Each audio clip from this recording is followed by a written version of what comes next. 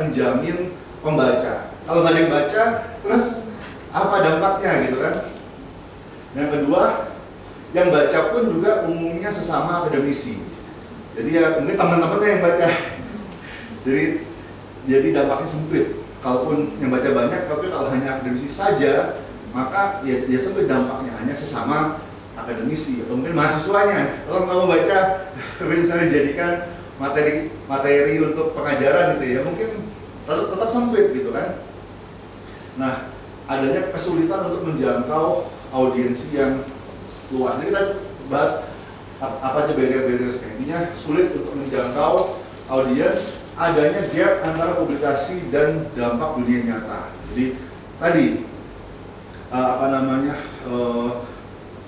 di dunia akademia, publish di jurnal Scopus sudah dirasa sebagai sebuah hal yang spesial, dan memang spesial.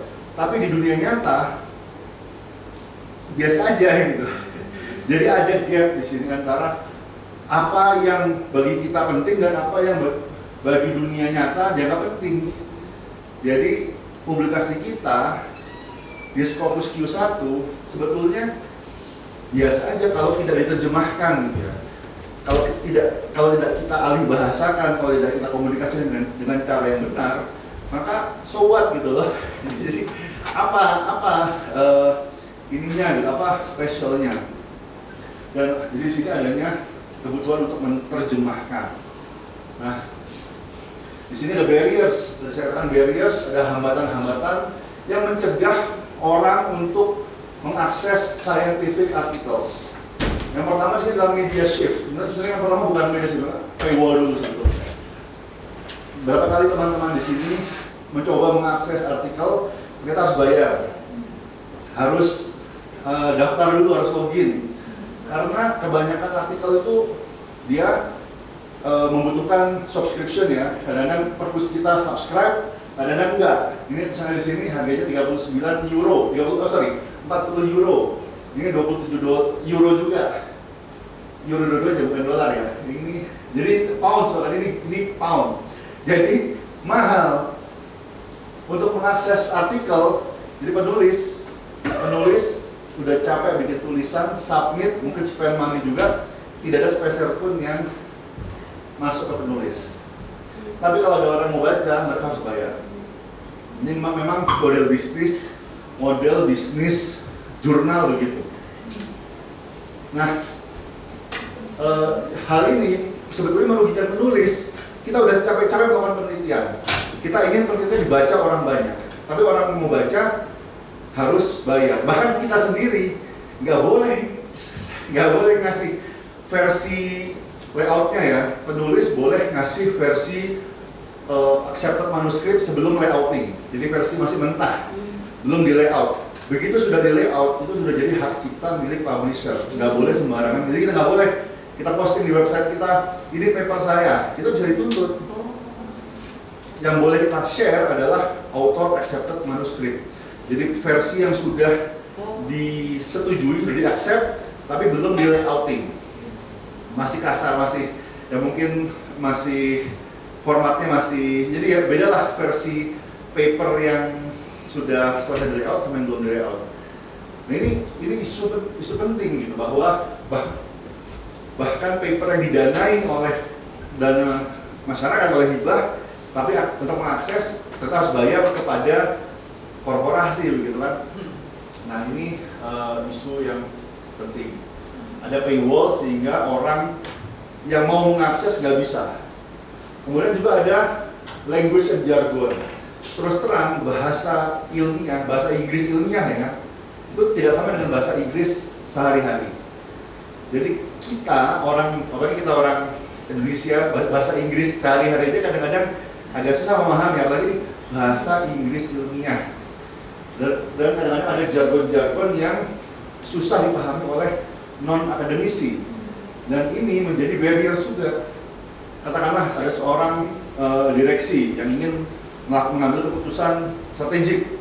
Katakanlah dia terinspirasi untuk mengakses sebuah jurnal strategik. Belum tentu beliau bisa memahami.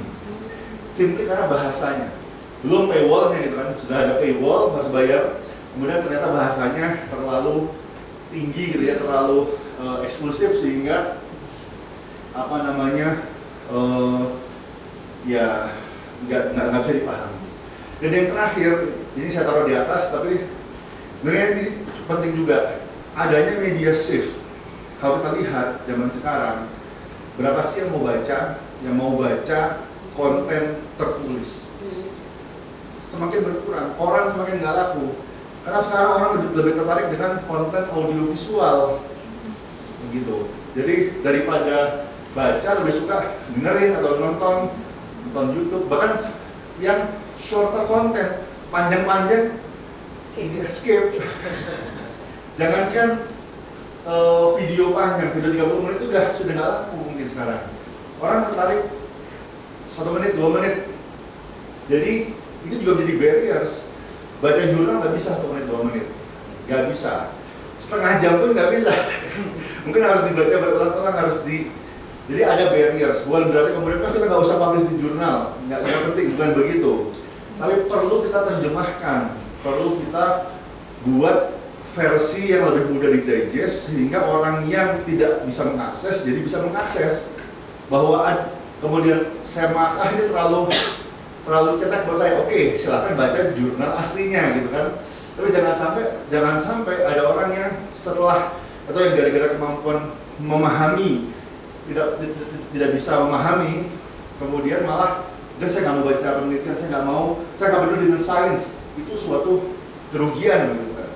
Jadi di sini ketiga barriers ini menghambat ilmu pengetahuan disebarkan ke masyarakat di luar akademisi.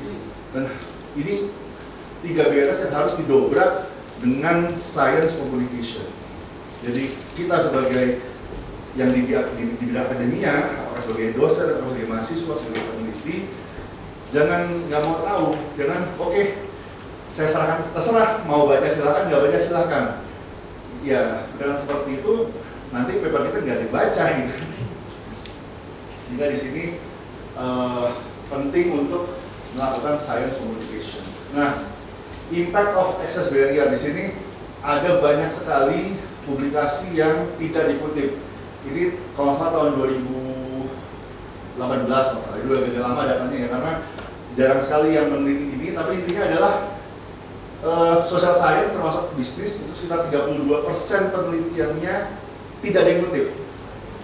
Jadi bayangkan, mungkin sekali dalam 1 tahun ya mungkin ada ribuan paper yang terbit. Nah ternyata sekitar 30%-nya tidak dikutip.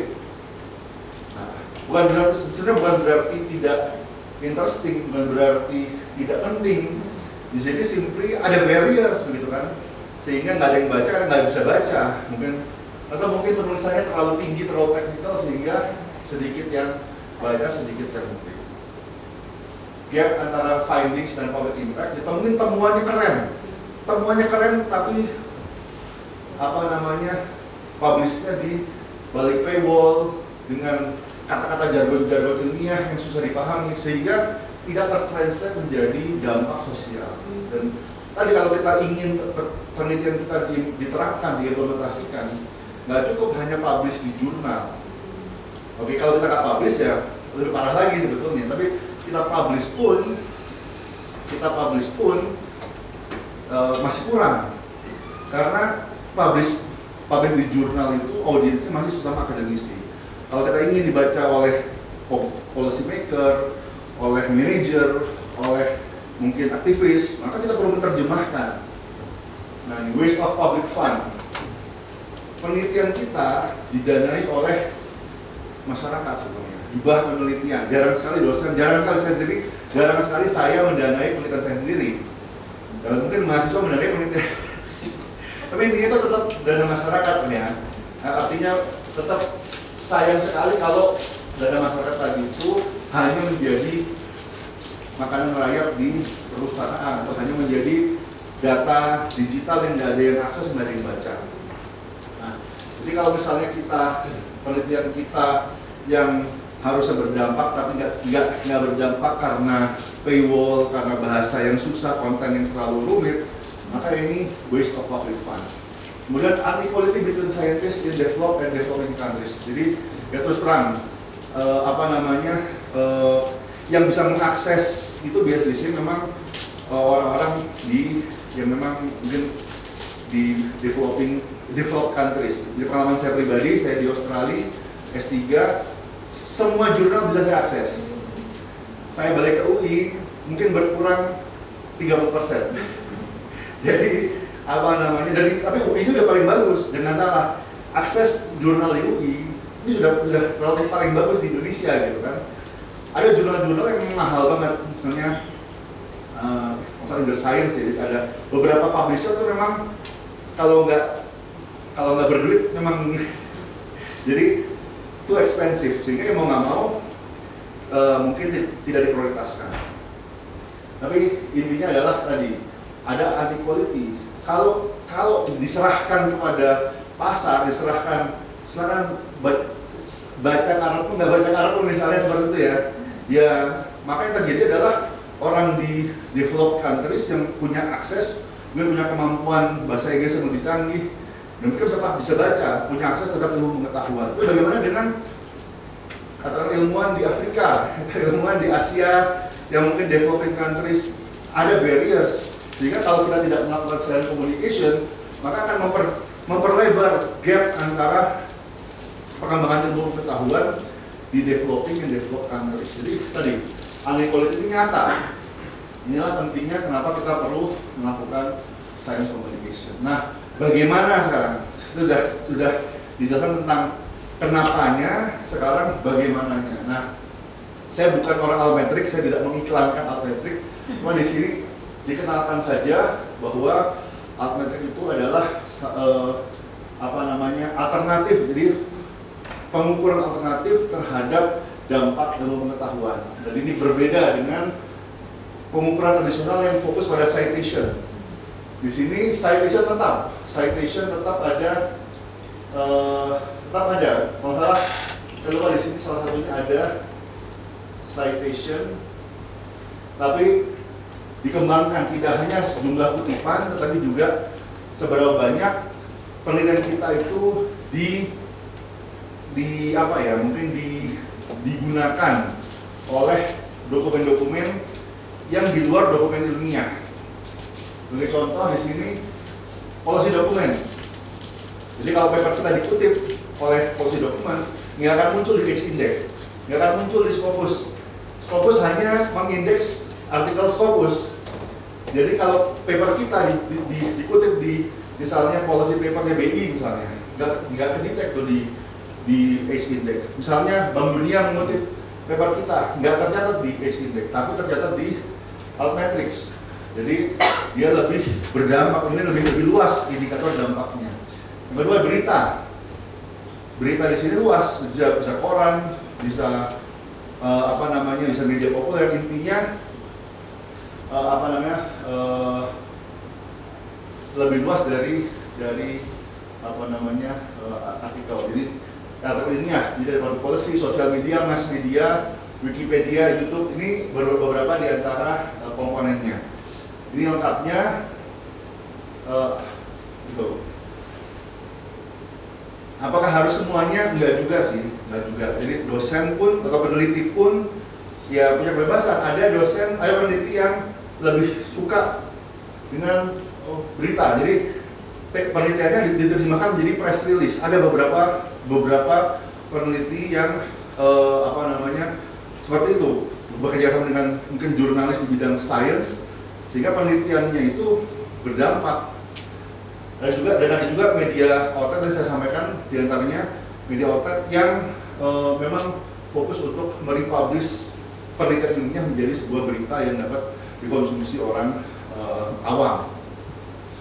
Nah, yang berikutnya, using social media di sini.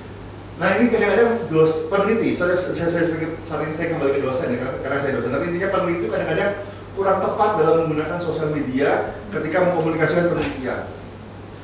Yang ditulis apa? Yang tulis nama jurnalnya, Scopusnya. Padahal itu tidak menarik. Alhamdulillah telah terbit misalnya di jurnal XXX. Kalau saya jadi pembaca, saya nggak peduli terbit di jurnal mana, apa sih isinya gitu kan. Jadi ada beberapa mungkin ya nggak sekedar hanya menggunakan sosial media, tapi ada effective ways, ada cara-cara efektif bagi kita untuk menggunakan sosial media untuk meleverage penelitian kita. Yang pertama ada effective platform. Di sini beberapa yang efektif, Twitter, ada LinkedIn, ResearchGate. Bagaimana Instagram? Instagram mungkin nggak terlalu cocok gitu ya. Hanya mungkin ini untuk selebrasi mungkin iya, tapi untuk kita mau menyampaikan konten penelitian kita lewat Instagram kayaknya kurang pas. Tapi kalau di LinkedIn, kalau di ResearchGate ini spesifik, atau di Twitter pun masih oke. Ada Twitter yang karena ada Twitter yang akademik Twitter, mungkin sekarang X ya. Jadi ada tidak semua platform sosial media itu cocok untuk science communication. Kemudian leveraging social media to reach a wider audience. Tadi mungkin lebih banyak orang yang lihat posting kita di Twitter dibandingkan yang baca artikel di jurnal Q1 gitu kan. Jadi sebaiknya kalau setelah terbit kita juga buat posting sosial medianya, tapi jangan yang diposting adalah jurnalnya. Setelah terbit di jurnal XX, judulnya ini udah selesai.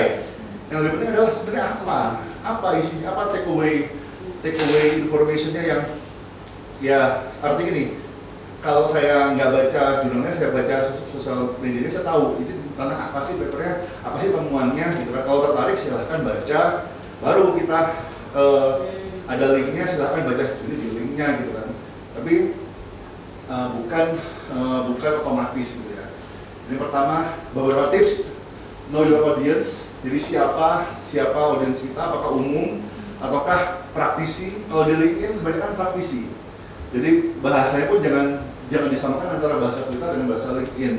Kalau di ResearchGate itu sebenarnya sosial media untuk peneliti, bersama peneliti ya. Jadi ini 3 platform ini audiensnya berbeda-beda.